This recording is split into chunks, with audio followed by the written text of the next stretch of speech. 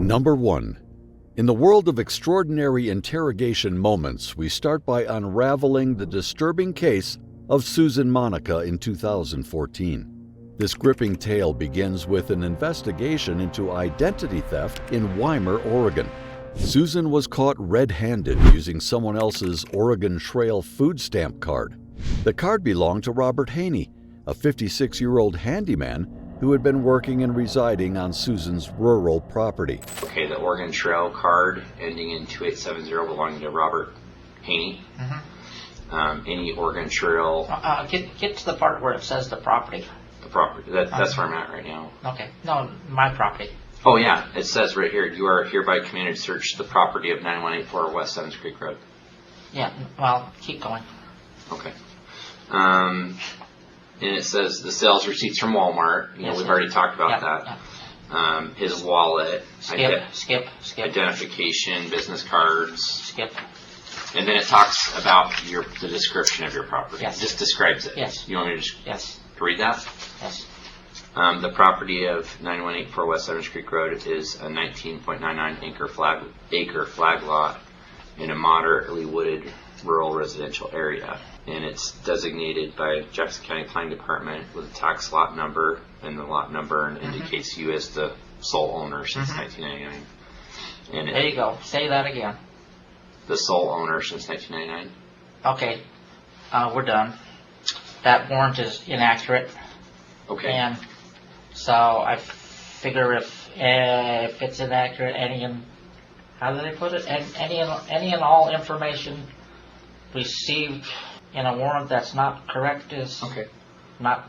Well, you know that I was talking to you about Robert Haney's Oregon Trail card, right? Yeah. Okay.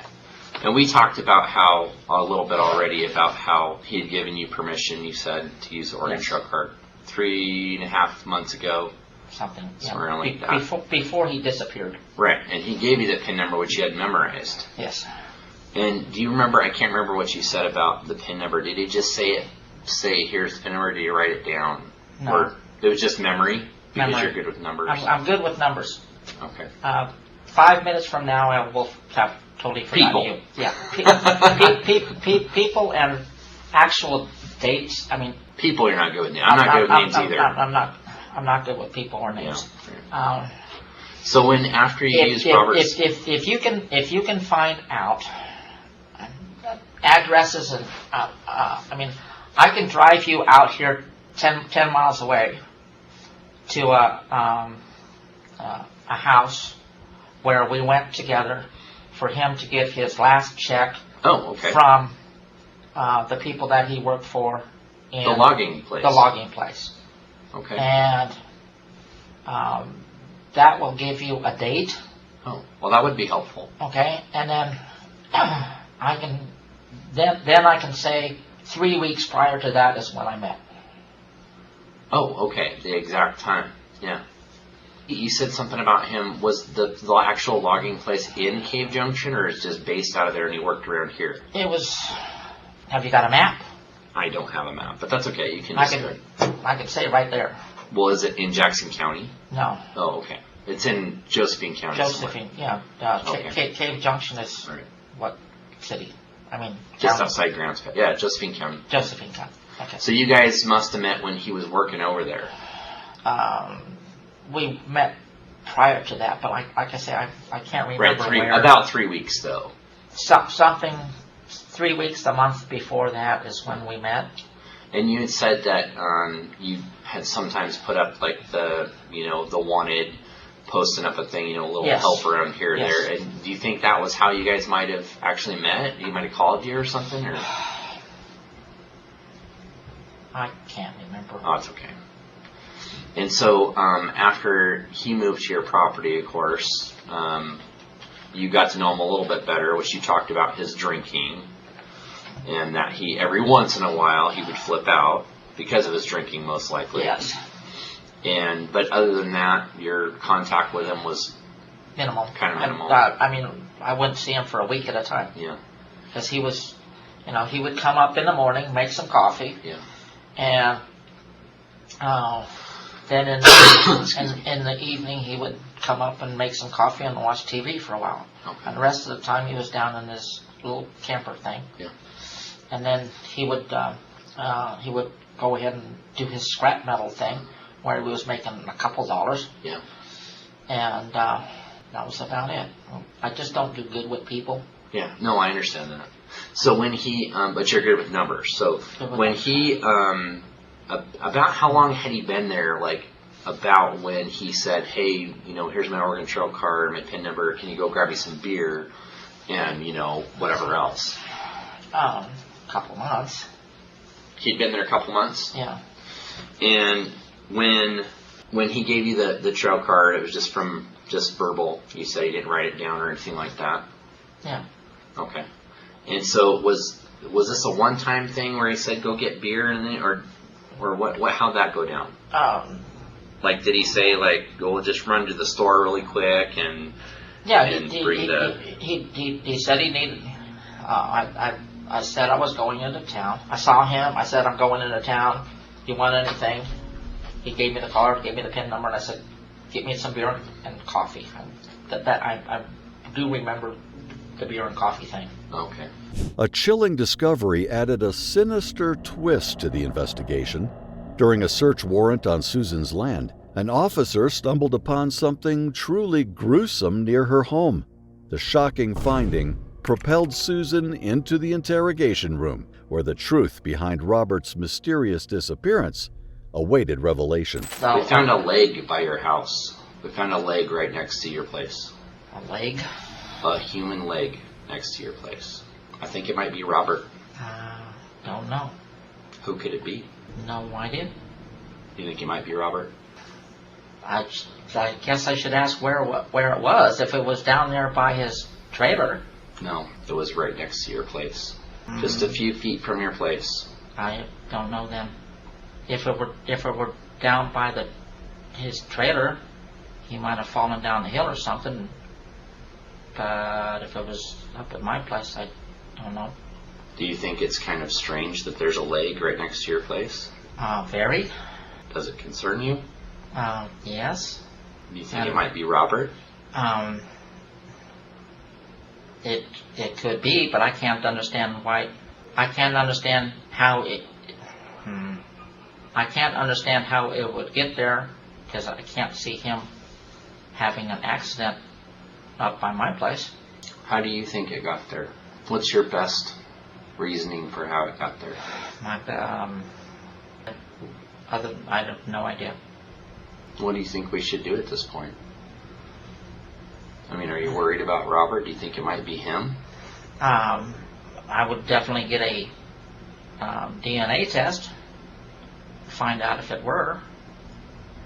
Do you think if we search the 19.99 acres that we're going to find any other parts of people?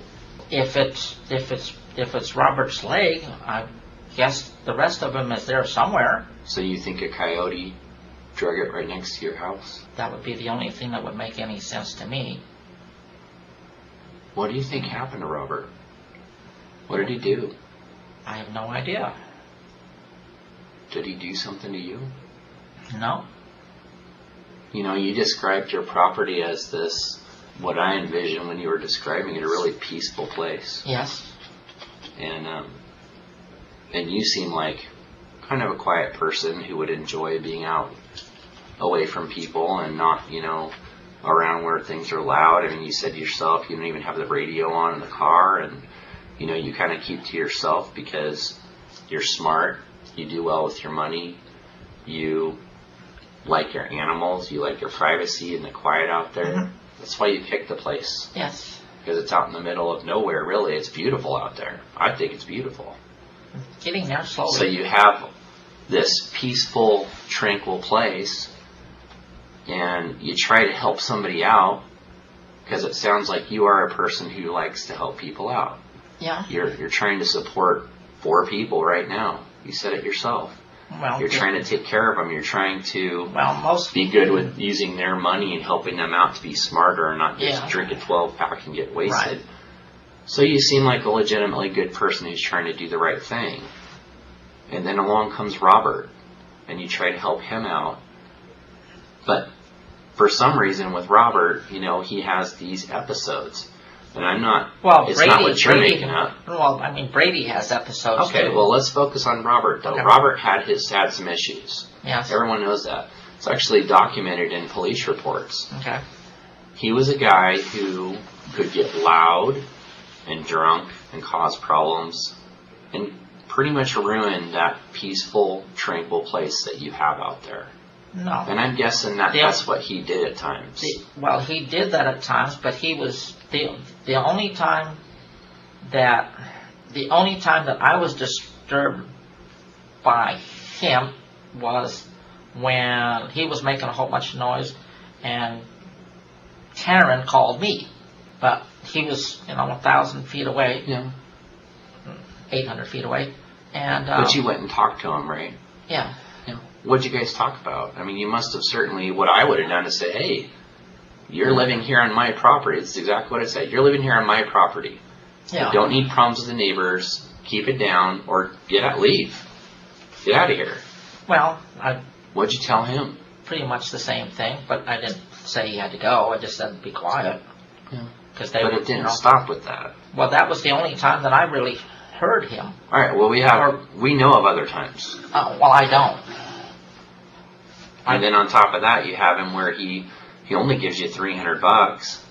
Then he gives you the 2 trailers, for $200 a piece or something or a couple months rent? Well, $600 a piece. Okay. One couple months rent. One was for 2 months rent. The second one was for 2 months rent. And I was under the impression, like I say, he had all that stuff there. So he paid you for 5 months rent. Yeah. And he gave you some food with his Oregon Trail card. Yeah. And he did some work on top of that. Yeah. And he came to live there sometime around August, is that right? Like I said, if you want a date, I can take you to the place where he got his paycheck from. From that respect, you can get a timeline. I'm not real good with words here. But from that respect, you can get a timeline as to when he actually showed up and how long he has been there and all that kind of stuff. What did Robert think about your pigs? I don't. Did he ever help feed them? No. Did he ever go into their area? Not that I know of. Did he ever harass them? Not that I know of. What did he think of them? I mean, they're noisy at times and kind of smelly sometimes. And well, he was never around them. I don't think, except when he came up to use that little room. Mm-hmm. And it's a good conversation piece, though. I mean, it would certainly be something I would talk about if I was going to move there. Well, we didn't talk. Like I say, he was there, and the two of us have talked more today than I talked with him in whatever months he was there. Well, he talked to you enough to loan you his Oregon Trail card, according to you, right? I mean, he must have trusted you. Well, that was 10 words. Do you think Robert got into the pig pen and they attacked him?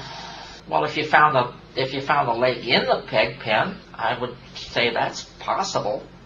Would your pigs eat a person? A pig's an animal. They don't know any better. Yeah, no. I've heard of pigs eating people all the time, and like I say, I've joked about it, and then... Mm-hmm.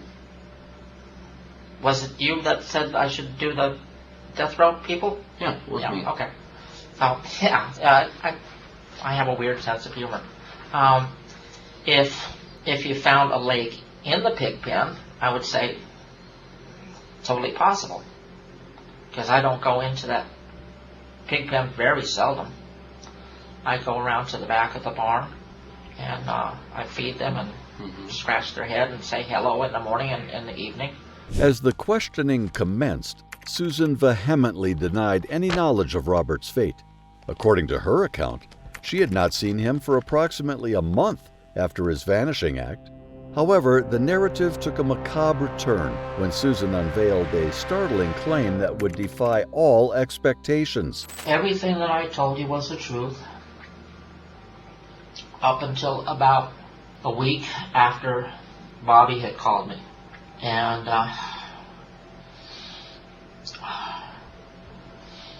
I don't know when, but sometime about a week after Bobby had called, I went down, and he was like half eaten. He was By what? by the pigs. Okay. He was like half eaten by the pigs. It was early in the morning, and I saw what had happened, and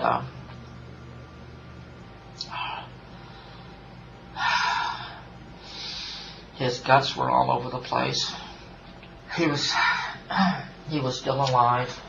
I knew he wasn't going to be alive for more than a few more minutes.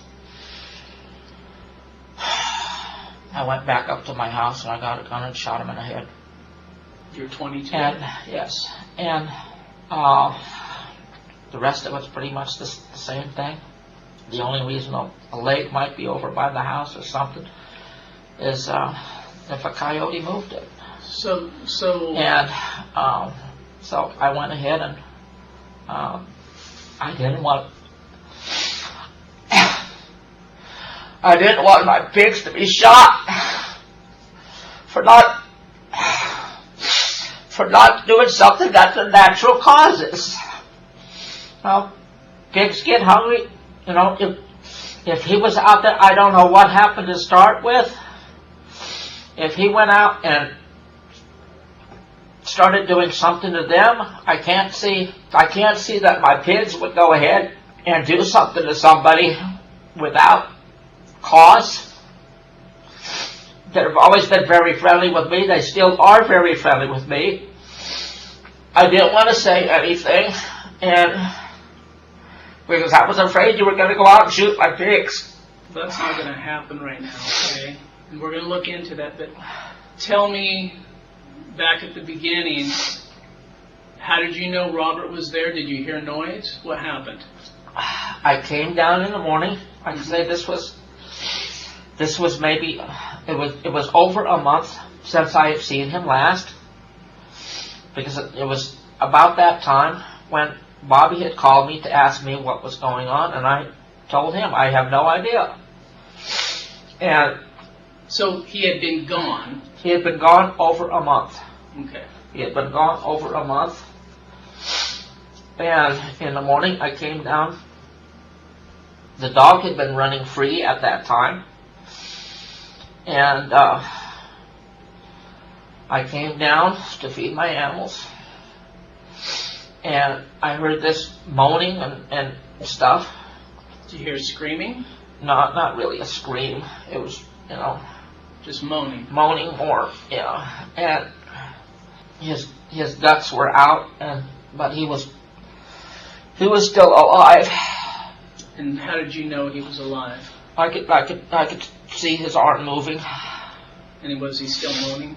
Yeah, it was moaning a little bit, and So what did you do then? I yelled at the pigs, and they were doing their thing. They're just, having lunch or breakfast. They were having breakfast on him. And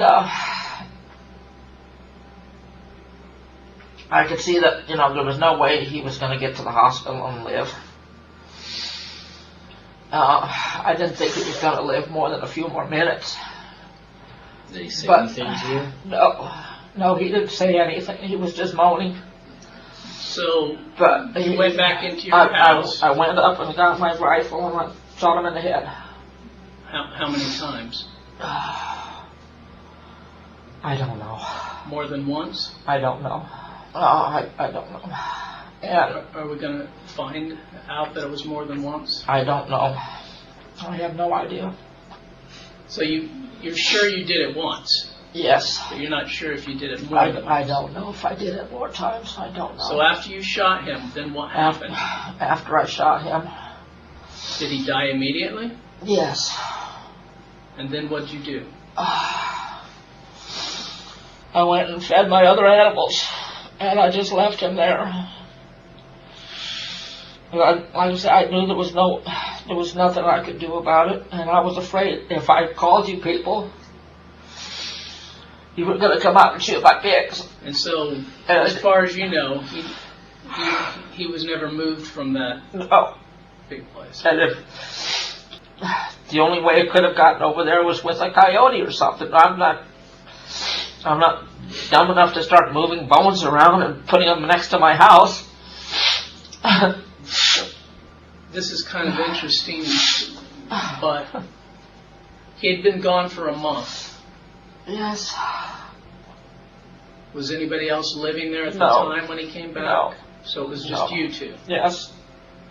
And I don't even know how he got back there unless it was whoever drove that white car. You told me he never went into that pig pen before.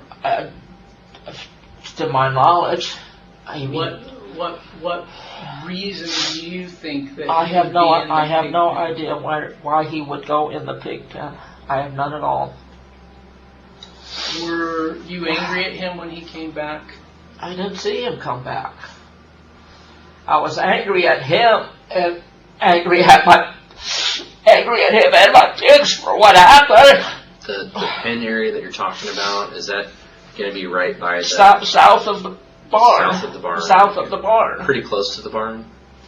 How close do you think it was to the barn? Where his body was?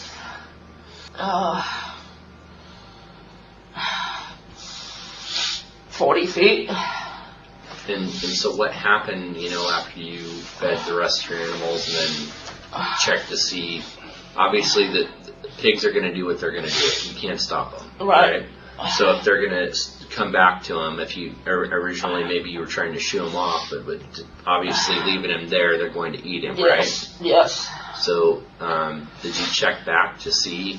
A couple days later. Well, no, I mean every day. And Did you ever move any part of him out of the pen? I mean, there's got to be some parts that aren't eaten, like you said, they don't eat clothes, right? A few days later, when most of him was gone, I went in there and I picked up the clothes. I picked up the few parts that were left. And what was left? There was the skull and an arm, and I'm not sure. I know there was the skull. If you go back out to my barn, and when you go, let me draw you a little picture.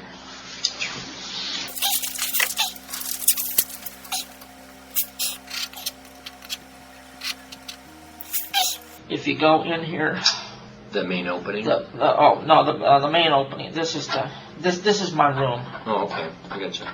Okay. That's my room. Yeah. If you go in the barn, there's a wall that goes all along here. There's an opening there. Is that where you took me and showed me his stuff? That Yes. opening? Yeah. Okay. Yeah.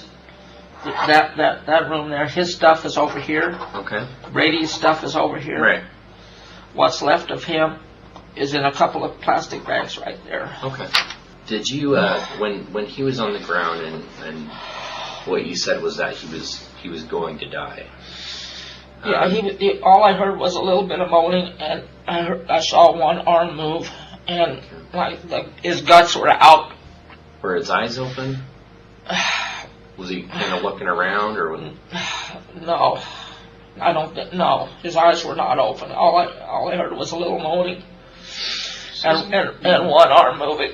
Susan, you talked about how you put down a pig. Did you use the same idea, or do you? I have no idea. Where did you shoot him at?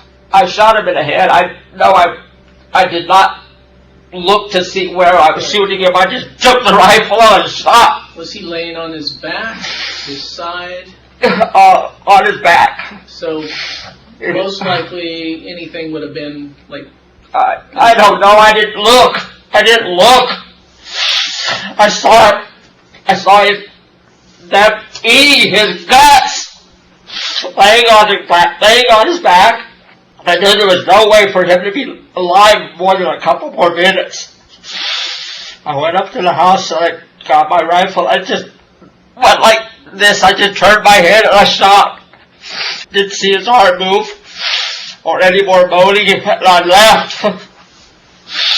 Did you ever think it was possible that maybe if you got an ambulance there, they might be able to do something for him? No. I didn't think he was gonna. There was no way. I mean, an ambulance takes half an hour to get to him. There was no way he was gonna live more than another couple of minutes. And I did pretty much the way I do everything else. I did not like to see an animal suffer.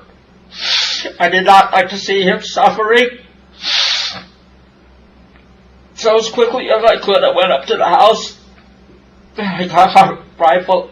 I shoot them away for a moment, and I just turned my head and I shot. And that was it. Is the ammunition that is in that rifle, is that the same? Yes, it's still there. I didn't do anything to it. Have you shot it since then, the rifle? Oh, I don't think so. I don't think I have. Does anybody know what happened? No, I Have you never ever told anybody? No. Does Brady or Eric No. or Stephanie No, know I anything? never told them. Like I say, I've got this weird sense of humor. I've talked about this before this ever happened. That must have been difficult to talk about that, though, like even with me, how you were kind of joking around knowing what happened. Well, yeah. But, yeah, like I say, I've got this weird sense of humor, I guess. And I had no intention of ever shooting anybody. So do you think that probably happened then? You said you got the call from Bobby a couple months ago. Yes. So was it about that a couple months ago then in that time It frame? was, I think it was about a week after I had talked to Bobby. Okay. And I told him, you know, what I had told you earlier. And, like I said, I don't understand, you know, why 2 or 3 weeks before this had happened, that he and they did not call you. I didn't understand that at all. It was about a week after I had talked to him that I came down and found him there. And after I did that, I was thinking about calling you people out. Yeah. And telling you what happened. And I hear stories about, you know, a dog bites somebody and they put the dog down. Yeah. And I can't understand why they have to do that unless, you know, it's a dog that's been biting other people before or something. And I didn't want my animals destroyed. Did you put his wallet somewhere? Is it with his stuff? I don't know about his wallet or anything. The clothes that I took, the clothes that were left there, I put in my burn barrel. Okay. Now where's your burn barrel at? It's in the barn there. Okay. It's paper thing. Well, what you drew. Yeah, it's, you know, you mean that back. The bag that has the skull and the other few remaining parts in it, did you ever try to destroy those at all, or did you just put them in the bag? I couldn't think about anything. Okay. The burn barrel's right there. Okay. And the clothes are still in there? They're burnt up. Right. Was there anything else that you might have put in there that burned up? Like maybe a wallet might have been in there, you don't know? I don't know. I didn't go through his stuff. Are the ashes still in there, or did you? Yes. No. No. I haven't emptied the burn barrel. It's half full of ashes. And the Oregon Trail card thing, is that, did he really give you his card Yes. originally? Yes. No. Everything I told you up until, you know, A week or so after Bobby called is the truth. I didn't do anything else. Were you worried using his card, though, after you knew that he was dead, that you would get caught? No. I didn't really think about it. I don't know, I didn't think about it. And then this month, there was nothing on the card, so I mean, if I got rid of it, if there'd been money on the card, it'd be in my pocket right now. I'm a little concerned on this, and I appreciate you being honest about what you've told us. If there's a piece here missing, it seems to me. That here's a person that never goes into that pig pen. I don't know. Never feeds those pigs. I don't know. And then he ends up in there mysteriously. I don't know if he ever, like I say, Did he come after you and threaten you?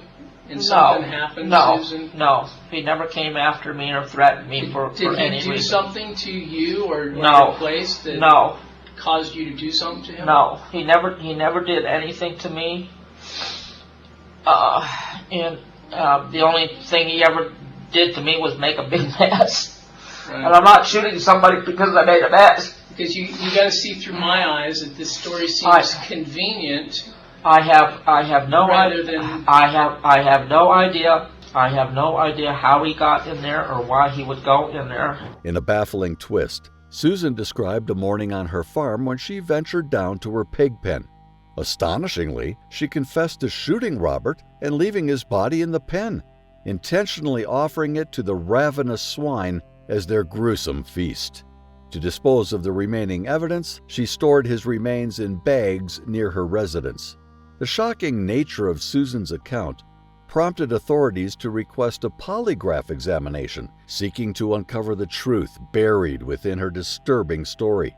Initially willing to take the test, Susan's actions rendered the results unreliable. She fidgeted, talked, breathed heavily, and even coughed during the examination, frustrating the polygraph examiner and leading to a tense confrontation. And he has arranged to have a polygraph examiner come here. Okay. And so, we get into this situation a lot where we say, would you be willing to, so we can corroborate your story and to show that you're truthful, to take a polygraph. And we do get a lot of people who say, oh, sure, absolutely. But then when the polygraph examiner gets here, they say, well, there's a couple things I left out, or there's a couple things that I'd like to change now. We'd like to eliminate that now.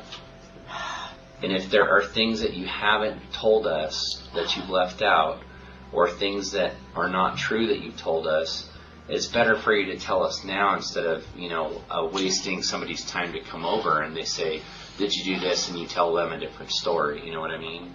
Or that it shows that you're not truthful and it turns out that's not really what happened. We know that he died. We know that you shot him, right? Yes. We may not know exactly the true story of how that all happened. And so that's why we ask you to confirm that through a polygraph. This is hard. You can't talk. It's hard to sit still.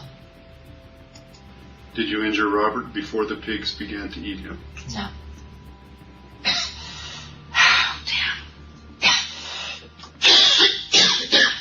I think you know more than you're telling him about Robert's death, and that's all I'm asking you about. Yeah. And you're missing your best chance to tell him now before they either prove it otherwise, or later on you figure out, now I better tell him the truth because I'm facing something serious, and I think you missed your chance. But I gotta go take a break. I'll send someone else in here and talk. Okay. Yeah. But you need to tell them the truth. You're leaving stuff out, and you and I know it. You and I know it. It's not subconscious, Susan. You're leaving it out. I might be, but I really can't. No, you are. Tell them the whole story. Tell them. I don't know what else it would be. I just know. Yes, you do. I found him out in the pen, dying. Yeah. But what happened before? That's what you're leaving out. I didn't even see him the day until that day. After a trial that lasted 6 days and included compelling testimony, Susan Monica was finally found guilty of all charges on April 21st, 2015. You are a cold-blooded killer. The jury wasted no time, deliberating for a mere hour before reaching a unanimous decision. On count 1, life. Count 2 is a different victim, so you be life. As a result, Susan was sentenced to serve a lengthy term of 50 years in the Oregon Department of Corrections. Susan Monica is serving her sentence in the Coffee Creek Correctional Facility, where she will spend the foreseeable future. Her conviction holds her accountable for her disturbing crimes, ensuring that she faces the appropriate consequences for her actions. Although Susan was civil enough to behave in the interrogation room, the next suspect on the list, Thomas Robinson, tried to grab a detective's gun. Number 2. Next, we have Thomas Robinson, a 27-year-old facing a potential life sentence for shooting a 17-year-old boy, who proved a formidable challenge for the police officers attempting to apprehend him. Yeah, what do you need? Where's that motherfucker? I'm sorry? Soda, water. Yeah, you got a Sprite or something? Yeah. Give us a couple minutes, we'll be down. Minutes or hour? Minutes. Oh, at the top? Mm-hmm. Oh, look. Let me see. Couldn't sit so I can put this over on me.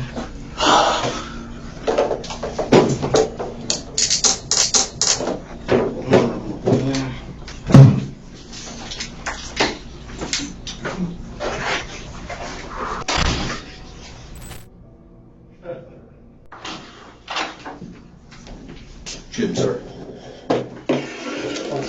Sorry. He's going to ask you a couple of questions, all right? I'm Bill, this is Jim. How far along did you go in school? To the 12th grade. When did you get your GED? 2013. And you say, I'm not asking this to embarrass you, but you can read, right?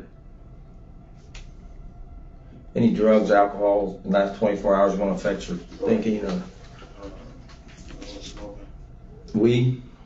Yeah. Or can you comprehend everything I'm saying, or do you got a problem? No, I did all type of drugs. You did what? All type of drugs. What does that mean? Did all type of drugs in these past 24 hours. What So you need to sit for a little while? Is that what you're saying? What you mean? No. I mean, can you comprehend what I'm saying? Like, you can understand? Yeah. So you smoked some weed? Did Anything? some pills.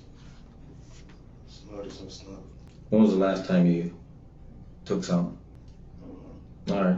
Well, what I'll do is read this to you, and then if you anytime you feel that you're not comfortable answering the questions or talking, just let us know, or you don't understand. I'll leave it up to you. Okay. What's your first name? Thomas. What's your last name? Robinson. Stop me if you have any questions. We have to read this because you're in a police facility. Before we ask you any questions, you must understand your rights. You have the right to remain silent. Anything you say can be used against you in court. You have the right to talk to a lawyer for advice before we ask you any questions and have them with you during questioning. If you cannot afford a lawyer, one will be appointed for you for any question if you wish. If you decide to answer questions now without a lawyer present, you will still have the right to stop answering any time. You also have the right to stop answering at any time until you talk to the lawyer. This just means I read it to you, you're not admitting to nothing. Any questions? Nope. Okay, go ahead and sign it. What is your current address? 1129. Who you live there with? I don't. That's just. Your wife? That's my mama now. Is it a whole house or is it just an apartment? Who else lives there with you? I don't know. I really don't feel like talking right now. Okay. And do you have a phone number or contact? For Nah, I'm homeless. I have no phone. no phone? Those 2 phones you got caught with aren't yours? I ain't get caught with no phones. You sure? That's the one you're looking for, right? Huh? Probably no phone. Okay. So do you want to talk to us or not? Yeah. I mean, I'm just It's up to asking. you. I mean, it's up to you. You tell me. Y'all ready? Y'all ready to go? Yeah. All right. Go ahead. Jim. You ready to go where? See a lawyer, talk on the phone. Okay. You say you want to talk to your lawyer first? If I need a lawyer, yeah. Well, you're under arrest, so. I'm under arrest? Yes. So I need a lawyer? Yes. All right, I'd rather talk with a lawyer. Okay. Okay. All right. A lot of do paperwork and then we'll come back down. Now I'm set for a couple of hours. Mm-hmm. All right. Yeah. And it'd be one count of murder right now. Correct. Murder. Yeah. Mm-hmm. You got any other questions? No. Anybody you want us to call and contact and let them know you're here? My mom. What's your mama's? Home. That's a cell phone. Okay. Will she answer? Hopefully so. Okay. All right. Sit tight, man. Now, I will have to ask you questions for the arrest, though, but those are just, about health problems and all that stuff. Okay, that's for the jail. That ain't for my benefit. Alrighty? Determined to resist arrest, Thomas devised a plan to make their lives as difficult as possible, even resorting to perilous tactics. As one officer moved to handcuff him, Thomas glanced at the holster on the officer's waist, sparking a dangerous idea. Seizing the opportunity, he lunged for the officer's gun, hoping to escape or provoke a fatal outcome for both himself and the officer. I just gotta switch out cuffs because there he is and he's leaving.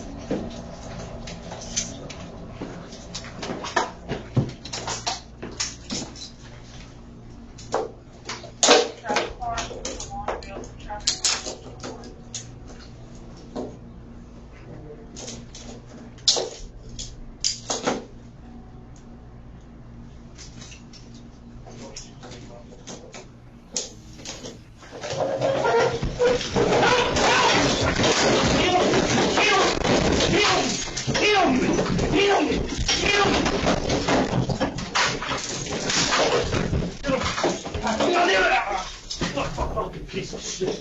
God damn it! Mother. Yeah, I'm good. You couldn't get it. You guys alright? Yeah. I'm gonna switch out cuffs and he. Glad I didn't take them off and I did the right thing. Yep. Let's come back. Keep moving up. Don't fucking move. I'm good. I got tased a little bit, but it's alright. I'm just trying to pull it up so we can get underneath them.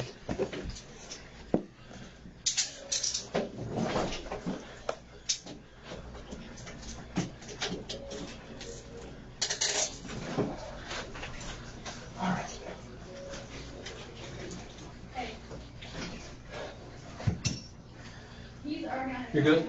I'm good. I got tased a little bit, but I'm alright. It's worth it as long as he's fucking done. My handcuff keys somewhere. It's right there. Just trying to fucking pull out your gun. I know. Luckily, I had the whole hood strap down and couldn't get it. I'm glad I just had I left the other set of cuffs on there.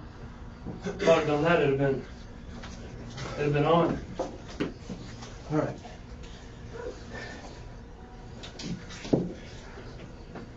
Sergeant Miller's on his way in anyways. I told him. There we go. Oh shit. Fuck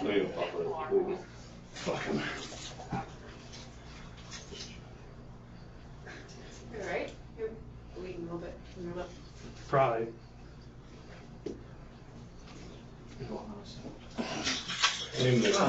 Don't even fucking move. Okay. I'm ain't moving. Still got you hooked up to this table. I'm really glad I didn't take that one cuff off.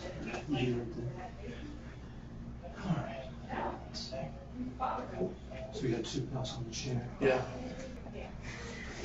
Hey, do you guys have any What about zip ties? Zip ties we got. Another form. Hey, I need you. What? Huh? No. Sir, the fire department's coming to look at you. What? The fire department's coming to look at you. So we tased you a few times.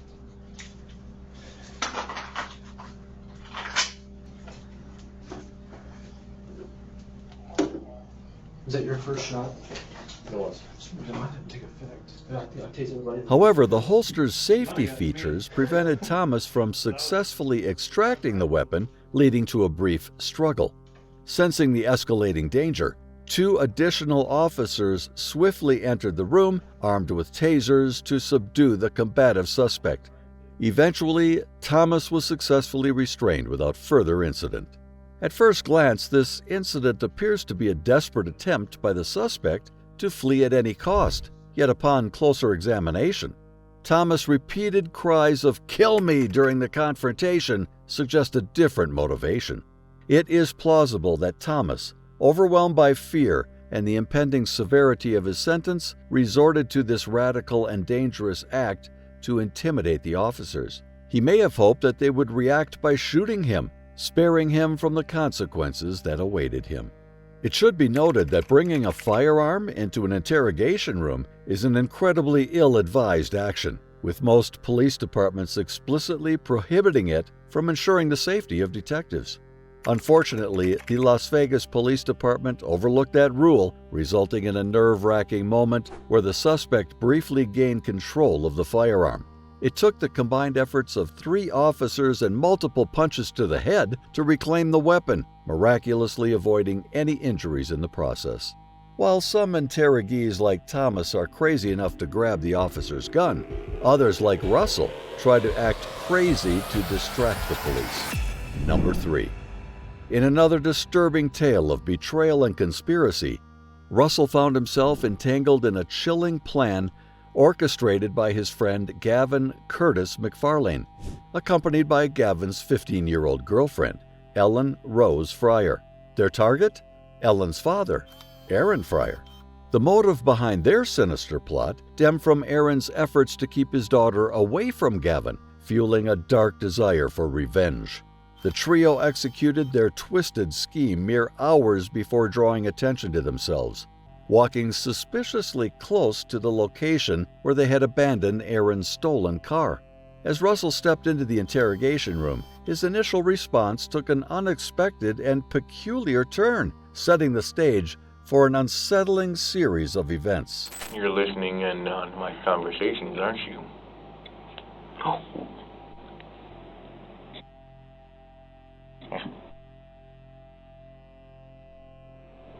So, we can do this the nice way, or we can do it the hard way and I can release my bipolar. Let's make a deal. 1, thanks for the food. 2, I see Ellie and Gavin because they are both under my protection. 3, before you release Ellie to her parents, or parent, do a background check as well as a DNA test, as well as, well, not DNA, a drug test. And if you find out that her parent, her mom, is in fact doing drugs, you are to release her to me. Tell him to release Gavin and Ellie. Thank you. And I know I'm being recorded. You can keep that on there. Unless you're a nice cop, then I take it back. But if you're one of those two-timing, donut-eating piece of crap that don't like rules, a high school bully with a badge, I'm sorry, buddy, but I eat high school bullies for breakfast. Unaware of the recording device's sensitivity, Russell stumbled upon its power, exhibiting a surprise fascination and toying with it. As the recording captured his snores, a pivotal moment unfolded. Ellen handed Gavin an aluminum baseball bat, a weapon Aaron had kept within reach for self-defense. After Gavin fulfilled his sinister task, he promptly messaged Ellen, notifying her of its completion. With a machete in hand as a backup, Russell, who had been stationed outside, entered the premises to aid in the disposal of Aaron's lifeless body. Oh.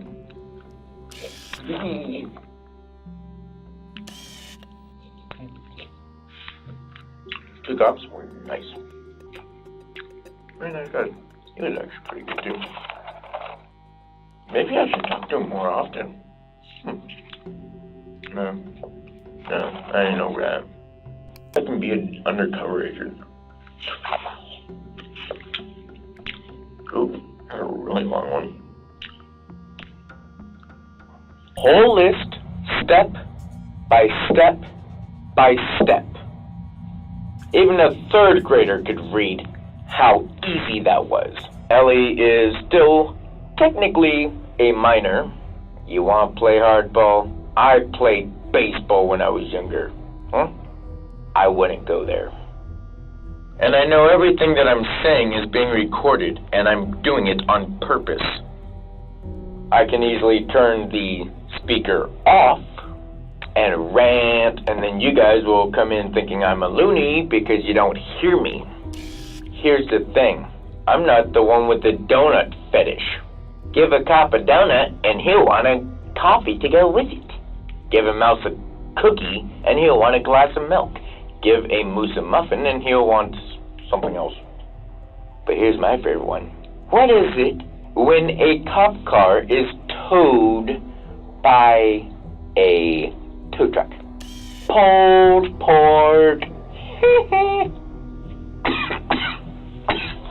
However, Russell's behavior took an alarming turn as he engaged in one-sided conversations with non-existent individuals, his ramblings growing increasingly nonsensical and bizarre. Amidst his erratic ranting, the trio's guilt became undeniable, resulting in their conviction for heinous acts.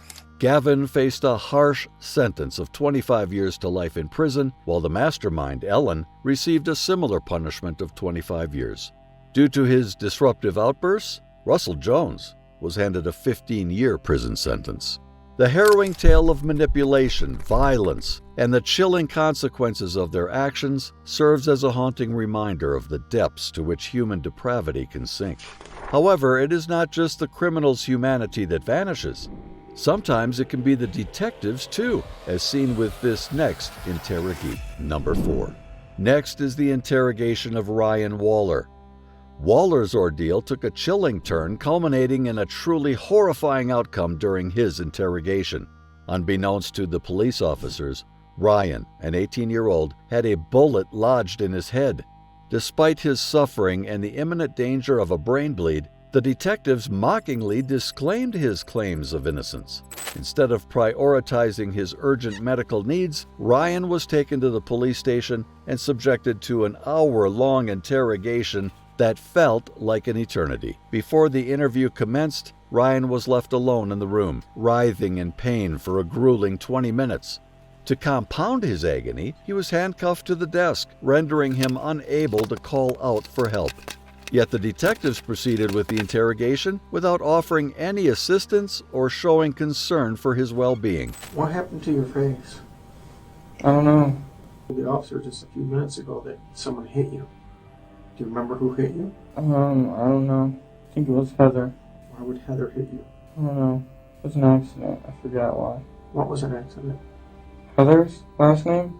No. What was an accident? Heather hitting me. What did she hit you with? Her hand. In the eye. Did you guys have an argument? Not really, no. Not really? Uh-uh. What happened for her to hit you in the eye like that? She just hit me on accident. She was giving Christina a head. She was what? She was helping Christina with her hair or something. I don't know. Who's Christina? What's Christina's last name? I don't know. What does she look like? I really don't know. You don't know? Uh-uh. I really don't. What color hair does she have? Brown? Just average. How old is Christina? 20 maybe? I don't know. Do you know Alicia? Uh-uh. You don't know Alicia? Uh-uh. She lives at your house? You know a guy named Eric? Mm-hmm. What's Eric's last name? Green something. His last name is Green something? Yes? Yes. Okay. Where's Eric right now? I don't know. Do you have his phone number? I really don't. He doesn't have one. Okay. Do you have Heather's phone number? Remarkably, despite his physical distress, Ryan managed to articulate a detailed account of the events surrounding the shooting, including the names of the individuals involved and the type of weapon used. The detective, perhaps finally recognizing the gravity of Ryan's condition, briefly left the room to request an ambulance. Upon returning, the detective sought to extract further information about the incident. Did you shoot Heather? Mm-mm. I heard you have a lot of guns in your house. Mm-mm. No? Mm-mm. You know we're gonna look. Mm-hmm. Ryan, why don't you tell me what really happened there? Because I don't believe... I really don't know, man. I really don't. I don't know. I could tell you anything, I swear. I want you to tell me the truth. That's all I want from Richie you. and his dad came there. And I don't know why. I don't know why, but they put me in sleeping hold with the arrows and shit. Like, I lived through that crap. Okay, they put you in a sleeping hole. They shot you with a revolver in your eye. Yes. And that's Is it a BB gun? No, it was a real gun, man. It was just a If revolver. they shot you in the eye with a revolver, you wouldn't be talking to me right now. How do you know? It was most likely you'd be dead. That's what I thought too, man. I really don't know. I just want to go to sleep, I don't want you man. to go to sleep. Okay? Hey, guys. Captain, you're not going to believe this one. I can't believe it either. You're right. I've already heard the story. I can't believe it. This is just my observations that this might be an entrance, this might be an exit, and this might be into his eye. And he's acting like he has a serious head injury, which would make sense. So, but you guys confirm. Ryan. Yeah, we'll take them. I don't know why. Yeah, it's we like can tell. Did that all? Has it been like that before, or it just happened tonight? It's been like this for like a day or so. So it happened what? The other night? I don't know. You don't know what happened. Were there guns around? This kid Eric did it. I don't know how he did it exactly. I might have been shot. I don't know. I really don't know. Are you waiting on?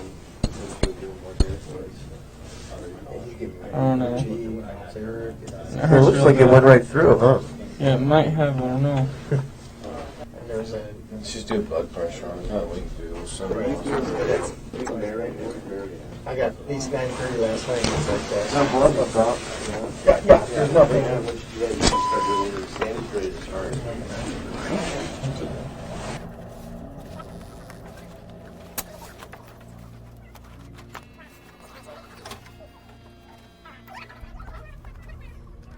Where you from, man? You live in town, or? I was born in Michigan. I'm from here. You got his name and everything? Yeah, we got it. What's down there?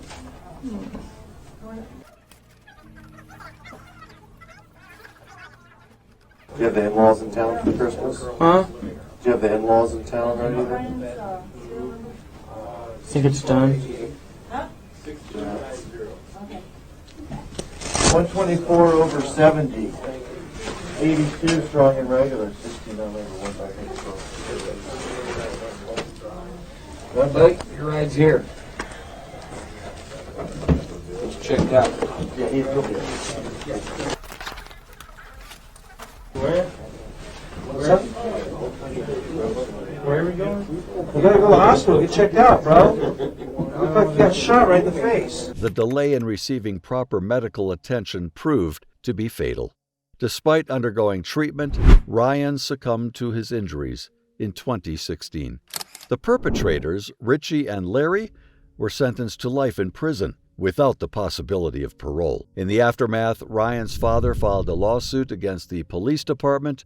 Unfortunately, as is often the case, the resulting punishment was disappointingly lenient, with the officer responsible facing less than 3 years behind bars. Many individuals believe that this officer should face more severe charges, possibly including manslaughter, as some argue that their actions directly contributed to Ryan's death. The prevailing sentiment is that a mere 3-year sentence is grossly inadequate, given the gravity of the situation. The crazy interrogation moments don't end there, though. Number 5. One recent notable interrogation moment occurred in 2018 during the trial of Chris Watts, a man from Colorado who was accused of murdering his pregnant wife Shannon and their 2 young daughters, Bella and Celeste. The case garnered significant media attention due to its shocking nature and the subsequent revelations that unfolded during the investigation and trial. And so from 5:30 then what? That's when I went to work. Okay. And 7:40 is the next time I texted her. And why'd you text her then? I hadn't heard from her, and I was just seeing if she knew like or just seeing where she went. Texted Shanann, right? Yep. Shanann? Yep. And asked if she could tell me where she was taking the kids. Oh. Okay, so at this point, it's 2 hours later and you're thinking, I wonder where she's going. Yeah. Okay. And is that text on your phone? Yes. Okay. Then all the way, what happened between 7:40 and noon? I was outside working. Okay. Noon, texted Shanann to call me, and that's going to be on your phone too? Okay. 12:10, doorbell visitor. That's when Nicole was at the door and it pinged on my phone. Okay. What's she doing there then? Oh, then 10 minutes later, you called Nicole to see what was going on, and she told me she couldn't get a hold of Shanann either, and that her shoes were whose shoes? Shanann's shoes? Yeah. Were next to the door, and her car was in the garage, next to the door, inside or outside? Inside. There's like a little small rectangular window next to the door. Okay. You see right in there. Does that mean anything to you that Shanann or her shoes always by the door? Yeah. Okay. So when you come in the house, does she usually come in the front door? Most of it, unless she drives in. Okay. Then she goes into the garage. Okay. That was just from the previous night when she came in. Oh, okay. So then, let's think about this for a minute. If she comes in, drives in with, what's your other car, Lexus? Yep. She drives in the Lexus, comes in. She comes in the garage door that way if she drives in the garage. But since Nicole dropped her off that previous night, she came from the front door. Oh, someone else is driving. The Lexus is already there. The Lexus is already there. Okay, so then that makes sense. Yeah.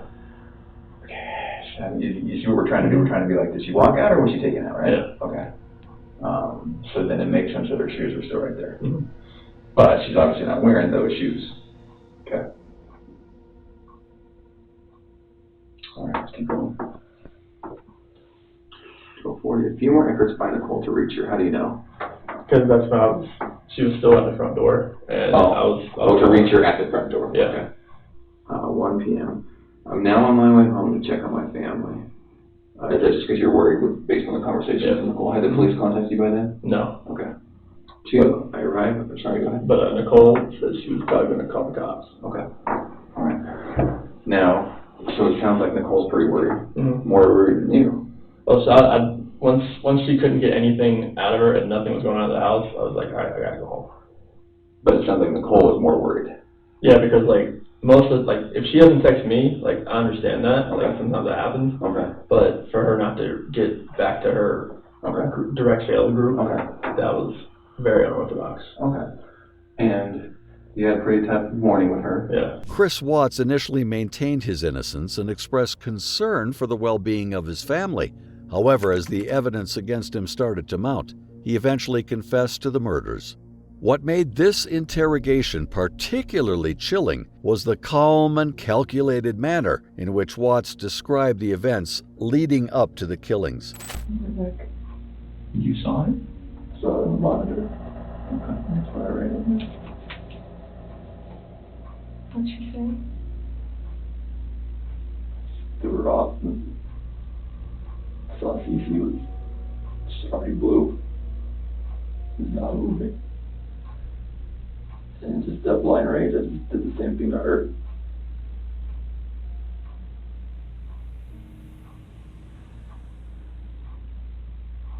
Did you ever go into Bella's room? No. Just put Shanann back in. That's no, I saw her on the monitor. The way she was laying, the bed just sprawled out. Is that when you packed up their special stuff? So where'd you put them? Get them out there. In the truck. Which part? Driver's side rear. In the passenger compartment? Driver's side rear. Crap, my feet.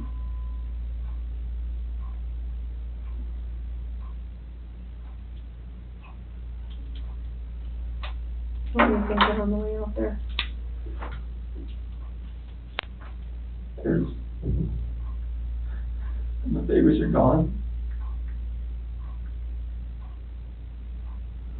And I put my hands around my wife's neck and did that same thing. It's,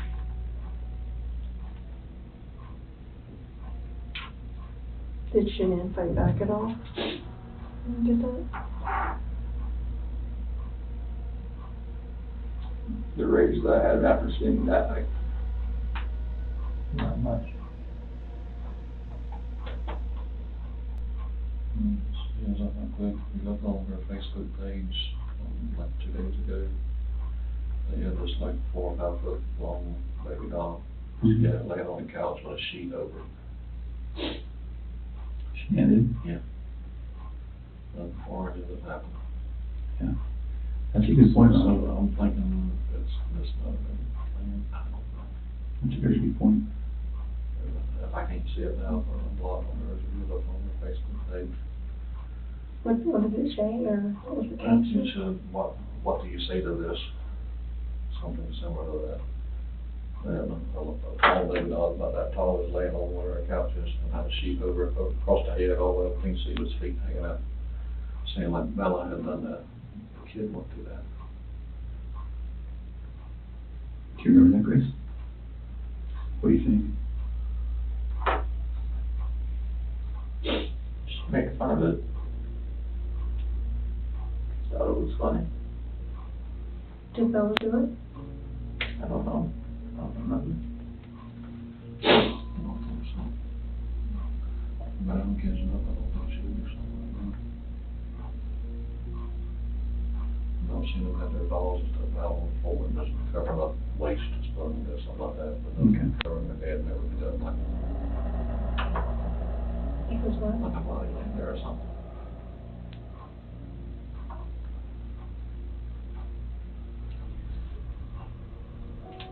It sounds like a kind of, I'm sorry, I lied to you. Andrew. I mean, you knew what was gonna happen. Mm-hmm. You stayed for a reason. Chris, you're a good man. I'm not a good man. Well, you stayed, you wanted to talk, you knew it was gonna be hard, and you still stayed. That's what a good man does. Stayed there for 6 hours and 11 minutes before. I just stared you in the face. We're glad you did. I can see when the rage would come out and see if the kid's dead. You don't know. You don't know when you look at you come out.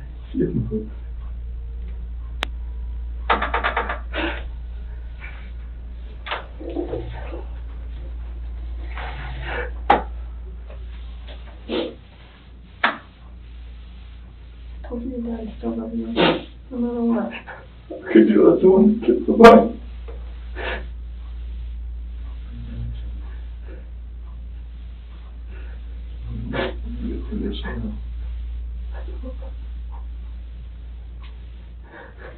Hey, Chris. Nothing will ever be the same again.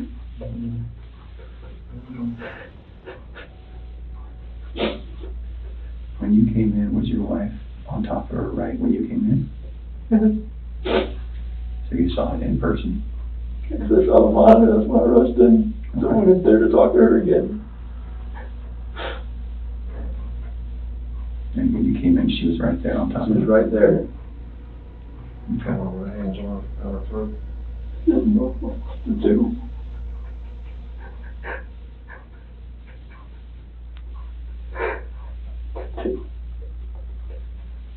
Are you trying to save Cece? Hard to go in the face. She wasn't moving. Her head sprang over my left like that.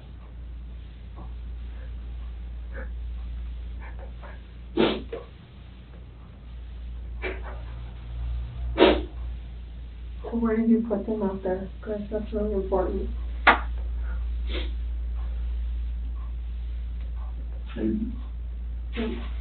Just plans.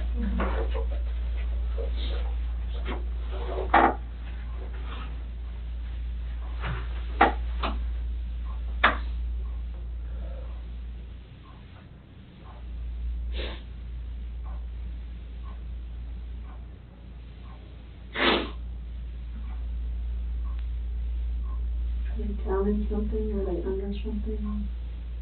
You can't say. I didn't know what else to do. I know, but someone was a kid. I know. I didn't know what else to do. I was so scared. I know. It's like, no, I just did this, and I just did that. What do I do? Right. Or anything that I would do from there was just going to be just insensitive and just a horrible thing. You were in a tough spot. I mean, what can you do, right? Sometimes your body just kind of takes over and...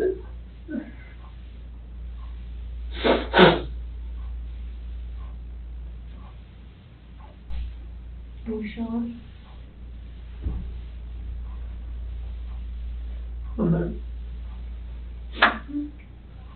What's going to happen? We're going to help him get out of there. Would you prefer that one of your coworkers? Oh my God, no. Okay. I can't have that. We're afraid of You said that you're about to become a good man. They're going to see this. You're like, what the fuck did you do, Chris? What? Like, why didn't you just call the cops to begin with? Well, they weren't in your shoes. They don't know. I know. They weren't living your life. I know, but still, it's like, People are I going to can never,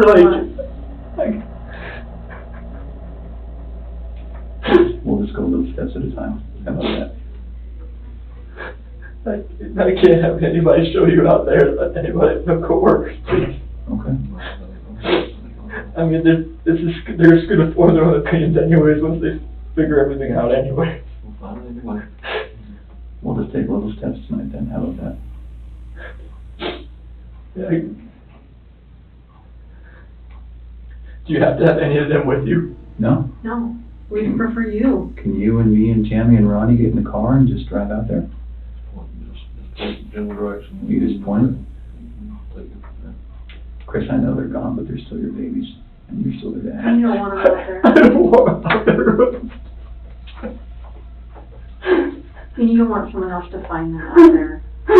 You don't, I promise you. You give us a second so we can kind of get some things arranged. Do that? Ronnie, do you mind staying in here with him? Okay. As detectives pressed him for details, Watts admitted to strangling his wife in their home and then disposing of her body at his workplace.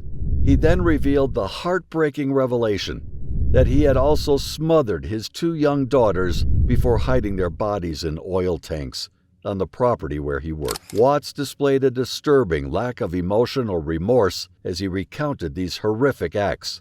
The interrogation footage and Watts' subsequent guilty plea shocked the public and became a haunting reminder of the capacity for evil within some individuals.